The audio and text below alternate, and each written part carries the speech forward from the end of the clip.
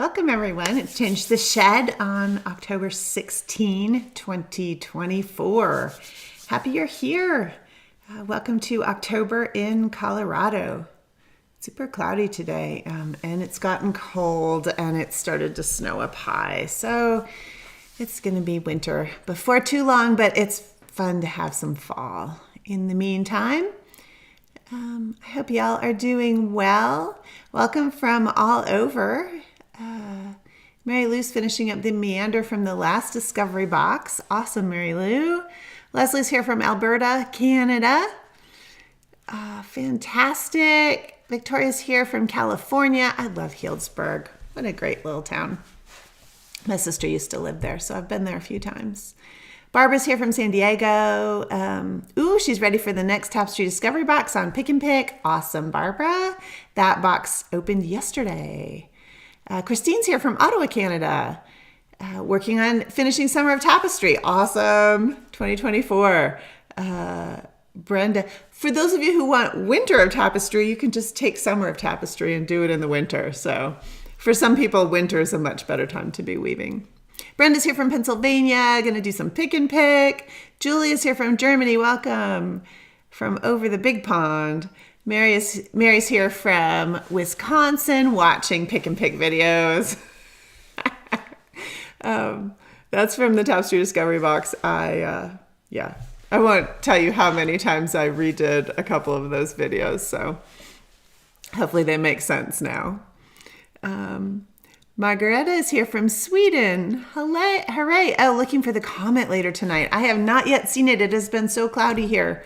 I will look again, but who knows?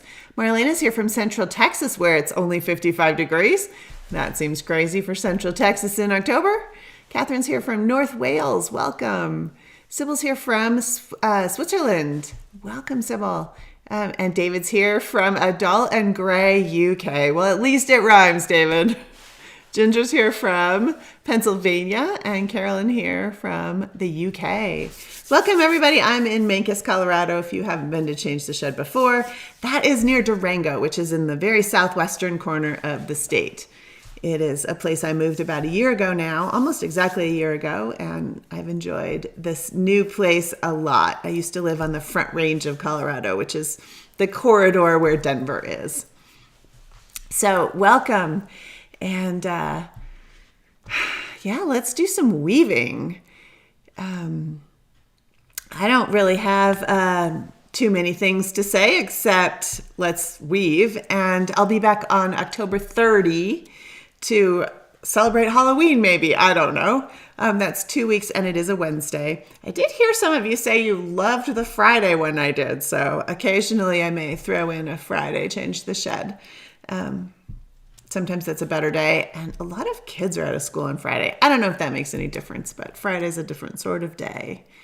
So yesterday, the new Tapestry Discovery box dropped, and this little photo right here, wow, cameras are all backwards. Anyway, is just it's one of the simplest pieces in the box, but very fun thing to do to play with colors in pick and pick. So the box is about pick and pick. And all the fantastic things you can do with Pick and Pick. And you can join if you'd like. There's information on my website at that URL, which is right up there. And the other thing I just wanted to say is that I actually have a newsletter, and I don't ever mention it, but if you're interested in staying up on whatever I'm doing, or sometimes I'll have really cool videos about tapestry you should watch, or point you towards other people who have really great newsletters. You can find the link for that newsletter below this video on YouTube. So, and when I do the recording of this, I will put a link in you know how YouTube does that thing where there's a little bar up here? I'll put a link there to where to sign up for my newsletter as well. So, sign up for that if you are at all interested in following tapestry stuff. I do every week plug whatever I've written on my blog. So I also write a blog every week. And this week I am writing about my trip to Taos last week. So or maybe it's 2 weeks ago now. Anyway, there's a few things about Taos I want to share. Oh, and a show I went to in Santa Fe. So that'll come up probably next week. Anyway, still happy you're here. Maud is here from Quebec, Canada. A lot of Canadians. Welcome, everybody. Kathleen's here from Vermont. Glad you're here, Kathleen. Leslie's also here from Vermont. The Vermont contingent is in the house. Janet's here from Portland, Oregon. Just warped up her loom for the Curves Discovery Box. A little behind. Totally fine. Keep weaving, Janice, is the only thing. There's no behind in any of this, right?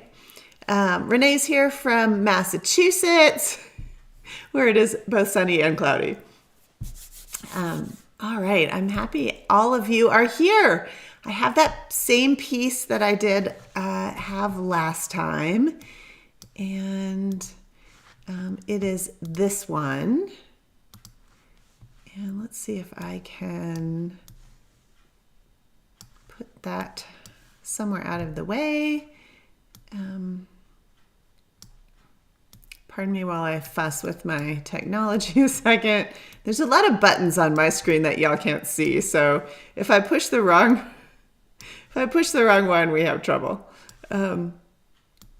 Okay, so this little piece, this might be the third time I've been working on this. It's a fringeless 4-salvage piece, so if you don't know about that, this is the top of the piece. It will be, it looks a little bit weird because the camera's at a slight angle, but it's actually square, and it will be a tiny little tapestry with 4-salvage, and I've been playing a little bit with some different array colors mixed with faro and silk. So if you watch me do the wildflowers piece a couple of years ago now, I'm Changed the Shed. I used this combination of bleached white faro and a Trinway silk. I think it's I can't remember if it's a 22. I think it's a 22 silk from Trinway, which is in Colorado. Lovely business if you need silk for anything. Unbleached silk. This is natural colored silk and bleached white wool. Anyway, this piece is about halfway done, and here's the whole cartoon. It's not very complicated, which makes the weaving very fun. I am weaving a curve, and this is something that would have been nice to have this done for the July Tapestry Discovery Box, but this nice curve is what we're forming here. Hopefully it will be nice and curvy. And these little rock forms I did with a double set. You can tell if you look there that the one set is 16 and one is 8. And I did that. You can do that with fringeless 4-salvage warping because you can split the warps. They're doubled warps to make the continuous warp happen. And if you're interested in the fringeless thing, I did a class with Sarah Sweat, who does most of the teaching, and online class. It's super fun. Oh, I'm gonna play with this light more than you want me to. Okay, hopefully it is actually quite cloudy today, so my lighting is perhaps not ideal, but maybe it's good enough, as long as I don't put the light in front of the camera, right? Okay.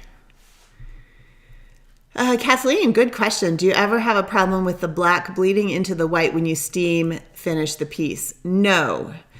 In my regular work, I do my own dyeing, and I am very careful, and I use excellent acid wool dyes, and they do not bleed. I've never had one of the dyes that I do. Sabre set dyes from Pro Chemical and Dye, they don't bleed. If you do them right. If you do them wrong, they can bleed.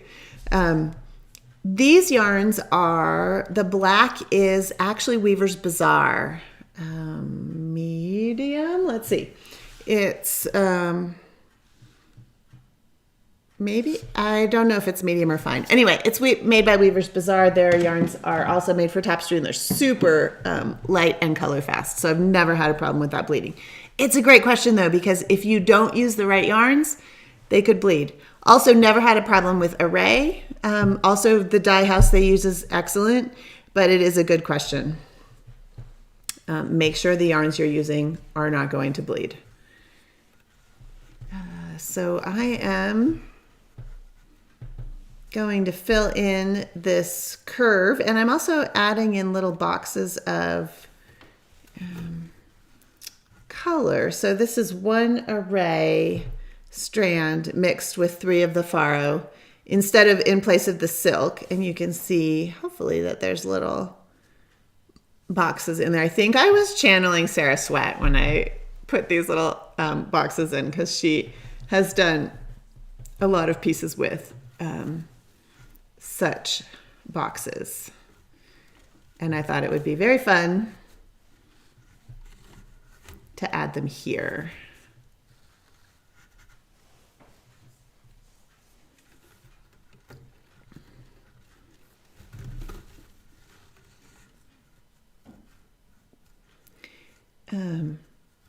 One, two, three. I'm making each of these 4 sequences. I do have a dye class. I don't mention that very often, but I teach my dye techniques online in a dye class. So anyone who is interested in learning to dye their own work.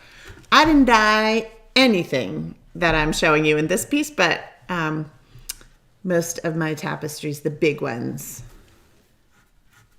are hand dyed by me, and I will be doing some dyeing this week. So those of you who are in the dye class, expect some. I don't know if I will probably not shoot any new videos for that class, but I will be working on something that I want to share with all of you. So, okay, my shedding is not right. 3, 4, can you all see that? Yep. Because that needs to come over there, and that shed is wrong, but it should actually be right. So I'll figure out what I did there in a second after I build up this other side.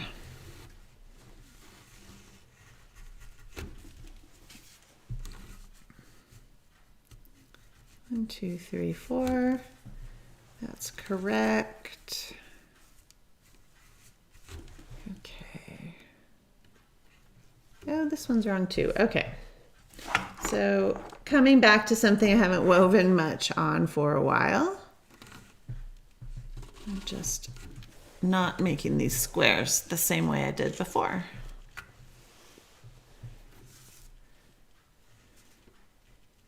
If I take out one pick or add one pick, I should be able to fix the shedding issue.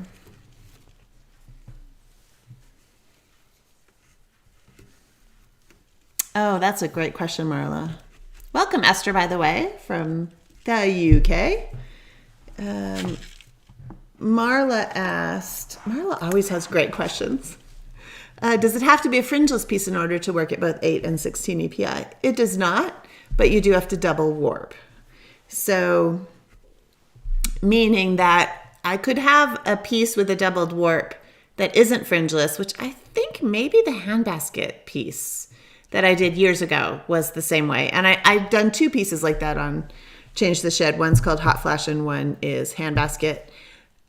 I think I just warped double, so I warped at 16 ends per inch, and then I put the heddles on actually at 8 because most of the piece was 8, and you just weave 2 warps as one unless you want to split them.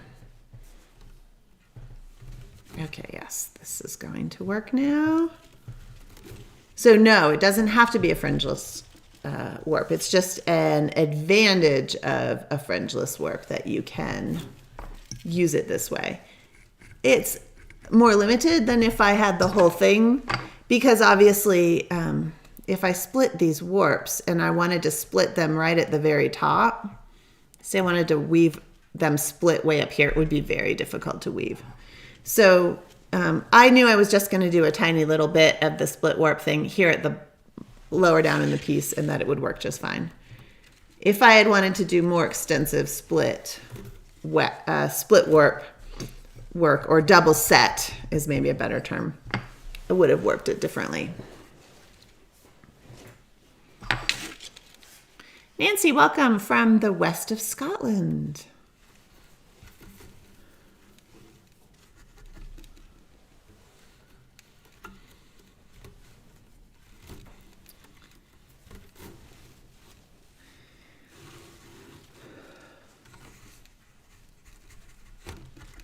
All right, I think we've got all that. All right, I'm just gonna build this up, which is not the most interesting weaving to watch, most likely, but you can work on your own weaving. Filling in shapes.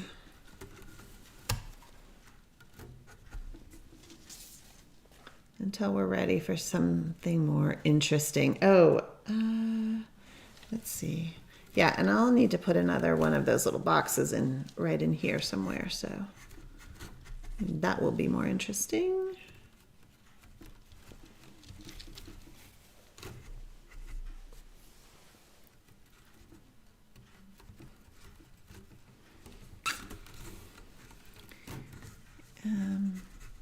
It is quite possible if I were weaving this, not on camera, I'm sitting to the side of what I'm weaving, and it is quite possible if I were weaving this in my normal life that I would be using tapestry bobbins to manage these ends. But they get all tangled up if I'm sitting to the side. And anyway, there are limitations when you have to have a camera that the camera makes you sit in a place that you wouldn't ideally be sitting to weave. Oh, great question. Nancy asked if I've pre-plied my warp. I have indeed. So this is, like I said before, three strands of faro, the bleached white faro, and one strand of a lovely silk called Kiku. It's Bombex silk from Treenway. And actually, let me see if I can see what this silk is to tell you, in case anyone wants to try it. It's 100 grams per 1,100 yards. It is 22.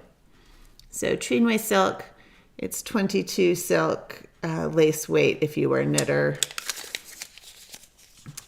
And what I did was, actually, this is leftover from the wildflowers piece that I did on Change the Shed a few years ago. But I do this with my hand-dyed Harrisville Color Singles yarn as well. If I'm doing a large piece, I ply the colors on my spinning wheel. That's how I mix them, and then they're ready to go. On a big piece, I use a lot of yardage. On a small piece like this, I normally wouldn't do this ahead of time. This is just leftover ball of yarn from a large format piece, but the loose ply on the spinning wheel makes it easy to keep it in a ball and use it quickly, which is nice when you're weaving online. You don't have to watch me fuss with putting those pieces together every time I need a new piece of yarn. Let's see. So yeah, that's a great question. I do use my spinning wheel, and it's a loose ply just so that I can ball it up. In this case, it's not a color thing. Often on my larger pieces, if I'm doing color gradation, it's I want it with a gentle ply to blend the colors. You don't have to do that at all. This is not something you have to do in tapestry. Most people do not ever ply their yarns. And these are singles, except for the silk. So if you're trying to ply your already plied yarn, like if you try to do this with array on your spinning wheel, especially if you don't get the twist the right direction, if it's a loose ply, it'll work fine. But in general, array's already a 2-ply yarn. So if you ply it again in a bundle, if it's loose, it's fine. But if it is, so here's a 2-ply yarn, and this is the Pharaoh, which is a single. It's only 1 ply. It makes a difference. If you don't know about spinning, it's a great thing to learn about. yarn construction. So what I'm saying is if you're using array and you're doing small format pieces, there's absolutely no reason to ply your yarns like this. In this case, I did it because I was weaving a large format piece, and it is expedient. It's much faster when I'm using a lot of yarn to put the bundle together using the spinning wheel. I hope that makes some sense. So hopefully that helps. Nancy says also she's not a spinner, so she'd like to know more about that. So that's my thing. I think if you're using a singles yarn, especially if you're mixing a lot of colors and you're weaving large format, then plying on a spinning wheel is a great thing to consider. Otherwise, I don't think it's necessary. If you're doing small format stuff, you can always twist the yarn as you lay it in to blend the colors. I don't think it's worth, I've had a lot of students like, oh, I'm going to get a drop spindle and ply it that way. And that's totally fine. You can do that. I just don't think it's worth the time, in my opinion. Drop spindle stuff is. Okay, so here's the thing I probably will redo. Remember in the Tapestry Discovery Box in July, we talked about hill and valley threads when we were talking about curves. So this is a valley thread. I should have put 2 of those there because this curve is, I want this curve to be very smooth, and it's not going to do quite what I want. There, I don't want it to be jagged there at the edge, and so this valley thread could be doubled, and then I will not double the hill thread, and we'll have a better curve. Hopefully.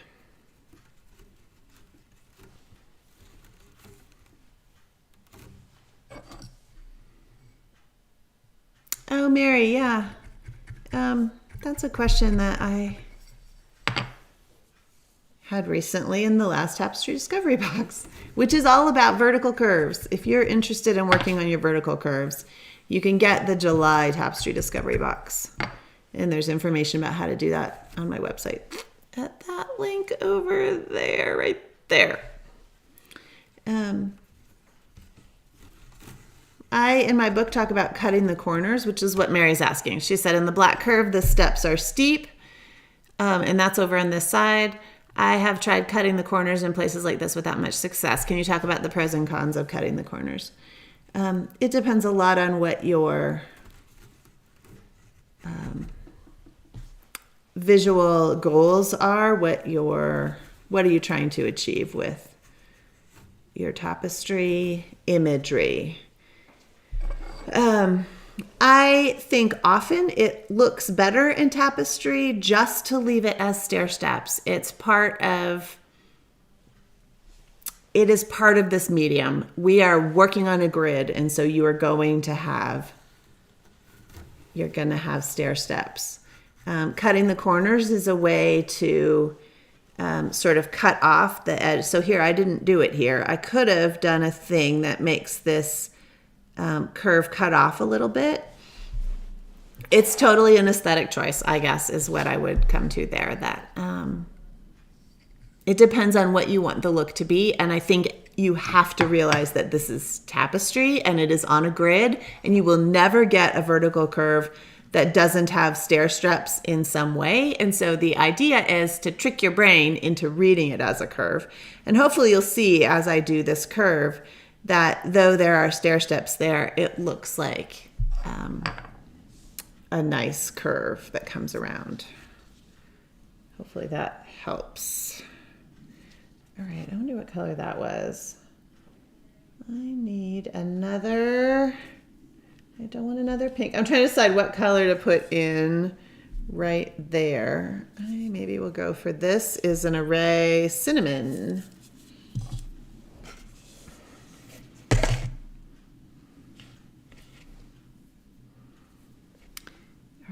And these are individual balls. So this is sort of what you would do if you were not doing what I was talking about that I do on my big pieces. On my big pieces, if I were going to use a lot of this combination, I would go to my spinning wheel right now. I have 3 balls of the Faro unbleached white, and I would make some lengthy yardage of this color, if I were going to use a lot of it, then it's all ready for me. It's in a ball, and I put it in a ball once I've applied it, and it's much quicker. But in this case, for a very small thing, I only need like 6 inches of this color, so absolutely no reason to mess around with applying it. So I'm twisting it as I lay it in to get those colors to blend, and that's what you would do.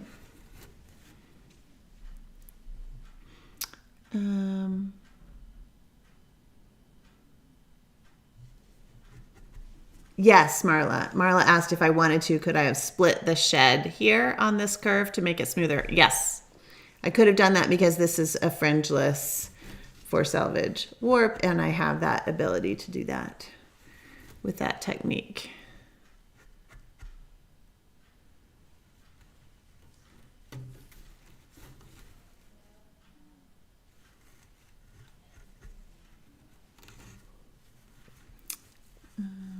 Messing with. All right.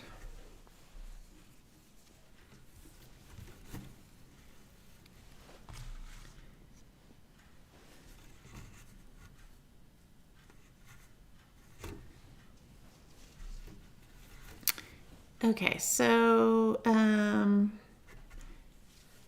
speaking of spinning, another question from somebody somewhere. Have you found that, speaking of spinning, have you found that using a single or a couple of singles or more is better than a 2-ply? I recently undid a thick 3-ply handspun tapestry because the roundness was too thick. Yeah, I've never liked any tapestry yarn that was more than 2-ply. And most tapestry yarns are very thin, so you're bundling them, whether they're 2-ply or singles. If they're thin, I'm not sure that really matters. Said with the caveat, it depends. It does depend. Materials matter, and every yarn is different. And so the character of the yarn, from what sheep was used, if it's wool, to how it was spun, to whether it was spun in the dyed in the fleece or dyed immersion dyed, or how it was dyed, all of those things matter in a wool. And so yes, it matters tremendously, and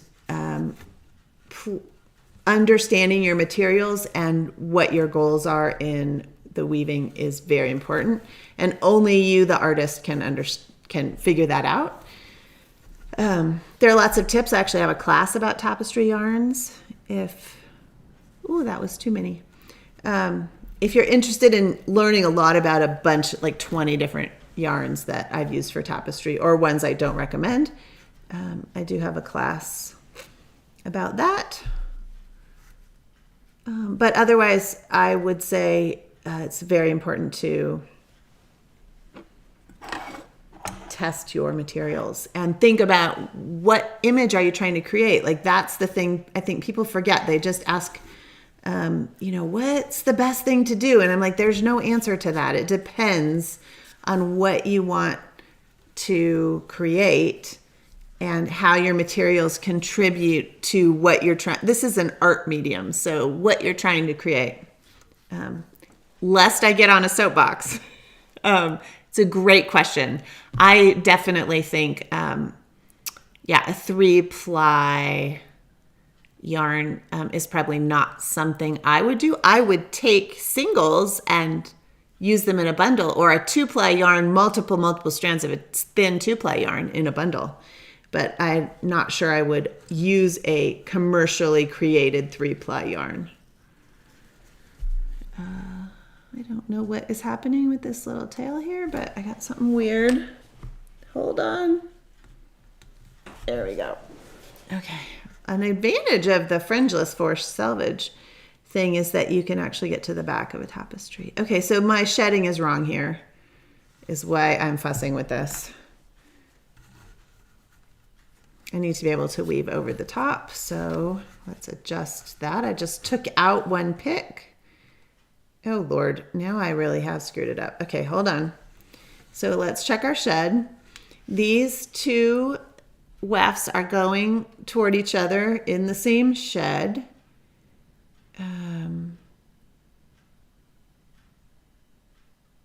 So in the other shed, let's use a shed stick. I think I did just screw it up again.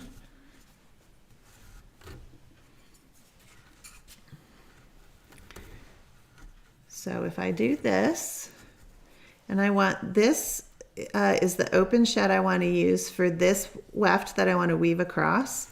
And so I actually, well, now I can't remember if that was right before or not, but this is what I want to go this direction. So this will go in the other shed over that. Sometimes opening, if you're using a loom that doesn't have a shedding device, using a shed stick to open your sheds can really help you figure out where is my shedding going wrong. Okay, I'm gonna back this out and do this. All right, I think that is correct. And we need to fill that into the top of this little square. Excellent.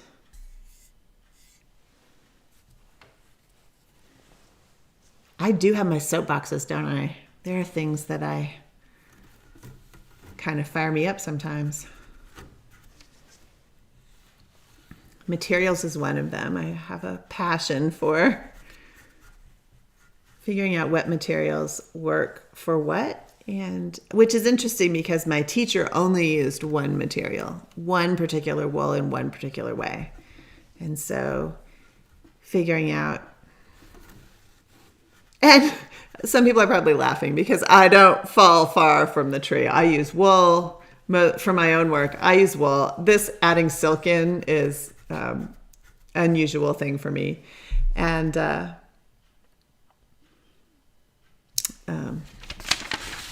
but different kinds of wool is something I love to play with. So there's lots of beautiful tapestry yarns out there. Oh, hi, Teresa.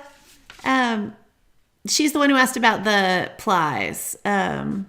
Spin most of my yarn from Shetland sheep. The round 3-ply wouldn't pack right. Oh, yeah, so that is also true. A 3-ply, that's a great question. The 3-ply, if you're a spinner and making a 3-ply yarn, that can be so beautiful in knitting, right? That it's this round, beautiful thing. But I don't think, yeah, I agree that maybe it doesn't always play so well in tapestry.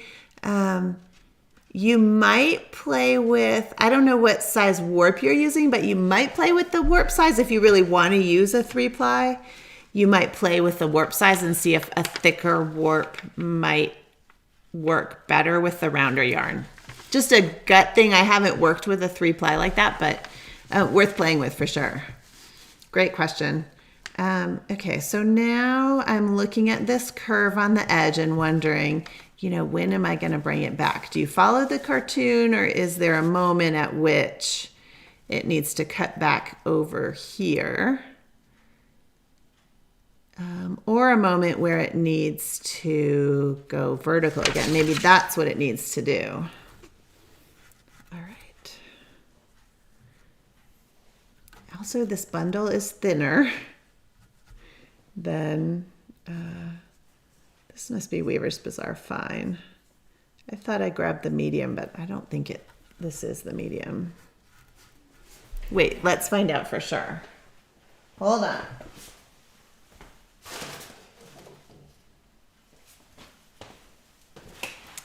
Okay, I have a whole bucket of Weaver's Bazaar Fine behind me. So this is the Fine for sure. Yeah. So I have 3 strands of Weaver's Bazaar Fine in the black. And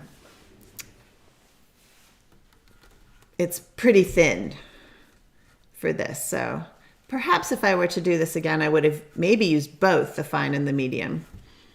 I would have used the medium for this, filling in, and then some fine down here to make these thinner lines. All right, and also I'm gonna need to sew these slits like right now. which is not something I like to do on camera.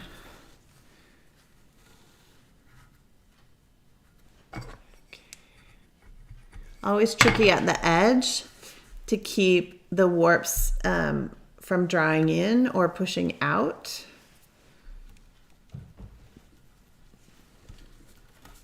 Especially when you start having narrower areas near the edge. That's a tricky thing.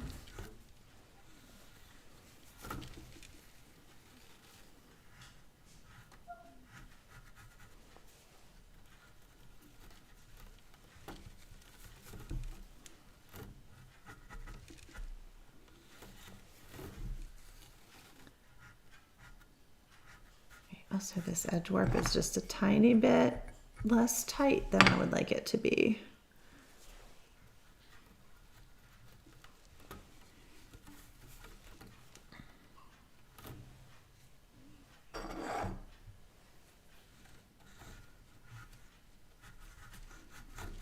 Okay.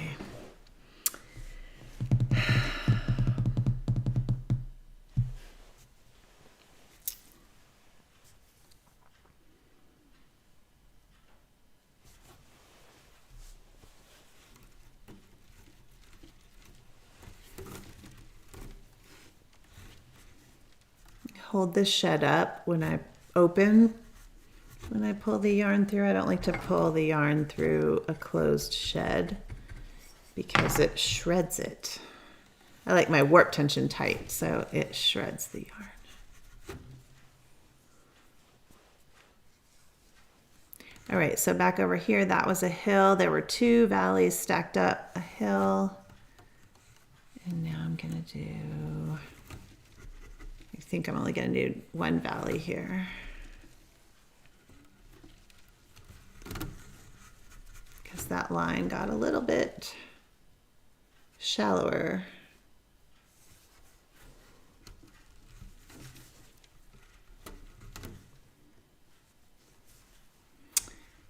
My dog is in here today because Emily is on a different meeting, and so she just woke up and is looking out the window. So she starts barking. There's probably a chipmunk out there. All right. Just adding a new piece of weft here.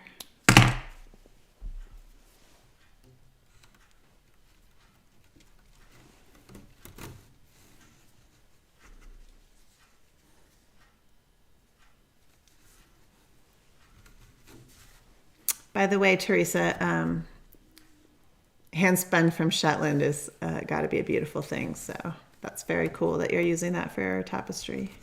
Keep playing with the size of your weft and how you spin it. Shetland is I think probably a good fleece for tapestry, depending on how you prepare it. I'm going to guess you have Shetland sheep yourself, which is really fun. Yeah, Nancy and Marla are talking about shed sticks, which are super helpful, especially on small looms without a shedding device, or if you're picking things like this, or just being able to look at your shedding, whether it's right or not. So this is one of the ones I've been using a lot. This is by Stephen Willett. He makes beautiful shed sticks. There's a bunch of people who make beautiful shed sticks. I really like these because of the shape of the point. But Marla was saying Handy Woman also makes, her name is Janet Fox, she from Handy Woman Shop Looms. She makes beautiful shed sticks also. Anyway, there's a list on my website under FAQ. Look for the resources thing, and there's a whole list of shed sticks I like. I probably linked there to, I did a blog post and some videos or something a few years ago about shed sticks, because when Jim Hokett died, passed away, I couldn't find a shed stick that I really liked, and so I spent a long time looking around, and then Stephen Willett made these, and Don Betterly makes a beautiful one, and Janet Fox from Handy Woman Shop, and now a bunch of people make really great ones. So Melissa Ellison Dewey, who makes my tapestry bobbins, these, she makes some really interesting shed sticks. If you want a shaped shed stick. Hers are kind of curved, and a lot of people really like those. So lots of shed stick options. They're a super useful tool. Okay, do I put another box in there or not? Maybe not. All right, well.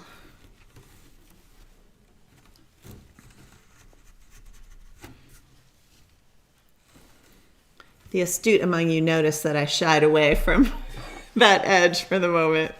I'll figure out what I'm going to do, and we'll see. If I'm working on this piece still in 2 weeks, I will show you how it ended up.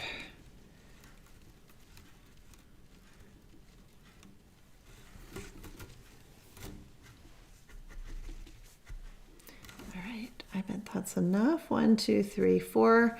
You can always push your weaving up like that to count sequences. All right, let's see. Let's get our shed right here. 1, 2, 3. There's not quite enough picks there.